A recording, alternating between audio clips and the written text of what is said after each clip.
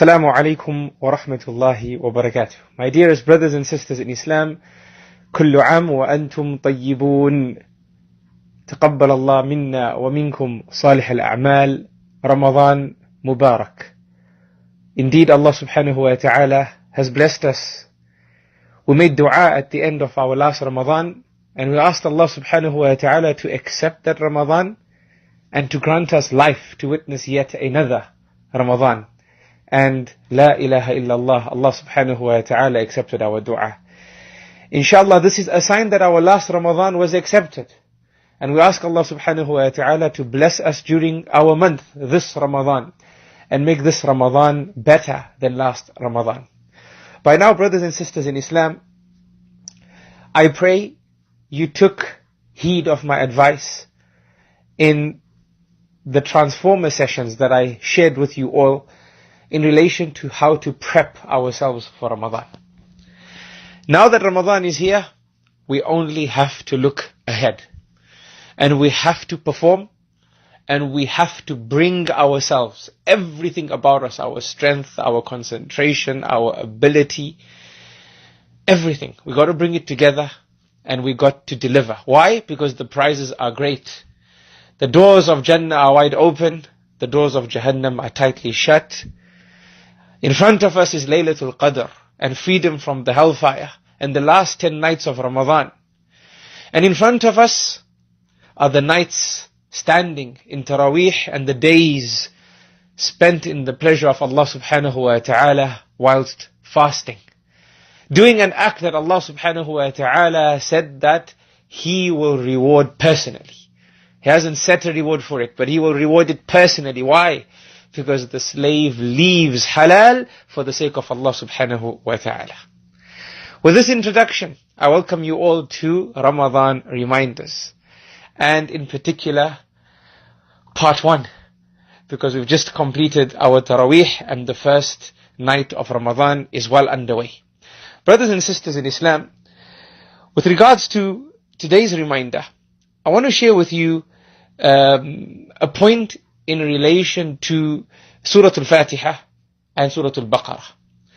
Because we began tonight with Surah Al-Baqarah immediately after Surah Al-Fatiha. And in the Qur'an we have Surah Al-Baqarah immediately after Surah Al-Fatiha. And there's many relationships between the two surahs. And one of the points I want to highlight for you today or tonight in relation to this relationship is how we recite in Surah Al-Fatiha, Ihdina as-Sirat al-Mustaqim. That, oh Allah, guide us to the right path. Guide us to the right path. In all our affairs, of course. So we ask Allah subhanahu wa ta'ala for this. Right? But what is the right path? How do we know what the right path is? Allah subhanahu wa ta'ala answers that question immediately at the beginning of Surah Al-Baqarah when He says, ذَلِكَ الْكِتَابِ. That is the book. لَا رَيْبَ فِيهِ. In which there is no doubt. هُدًى لِلْمُتَّقِينَ. It's a book of guidance for the righteous ones. And remember, Ramadan is a month of taqwa. Allah says, لَعَلَّكُمْ تَتَّقُونَ. We want you to fast so perhaps you can gain this taqwa. This taqwa is the barrier between you and the hellfire. We want to help you save yourself from the hellfire. So we gave you Ramadan. And by the way, this Qur'an, هُدًى لِلْمُتَّقِينَ, it is a guide for the people of taqwa. It helps you get taqwa. It helps you maintain taqwa. And thus, Ramadan, the month of taqwa, is also the month of Al-Qur'an. For Allah says, شَهْرُ رَمَضَانَ الَّذِي أُنزِلَ فِيهِ الْقُرْآنِ. The month of Ramadan is the month in which the Qur'an was revealed. Taqwa, brothers and sisters in Islam. We ask Allah for it in Surah Al-Fatiha.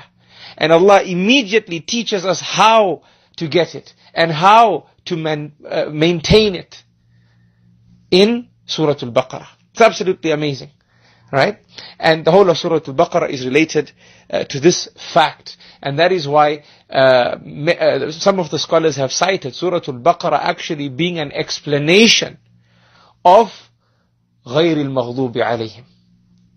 At the end of Surah Al-Fatiha, we say, oh Allah, guide us to the right path and protect us from being upon the way of those that your anger fell upon them. Right? The scholars of tafsir say Allah's anger fell upon the Jews. Why? Because Allah taught them, many prophets went to them, books were sent to them, but they didn't practice what they were taught. So Allah's anger fell upon them. And that is the opposite of taqwa, brothers and sisters in Islam. Not following what you were taught. Right? And Surah Al-Baqarah has much mention of Banu Israel. Right? We only hear about the Christians more prominently in Surah Al-Imran, the surah after Surah Al-Baqarah. And inshallah I'll touch on that in future Ramadan reminders, inshallah. May Allah give us all life. Ameen. So Surah Al-Baqarah is full of Banu Israel, the followers of Musa alayhi salam. Right? And the followers of the prophets of Banu Israel. Subhanallah.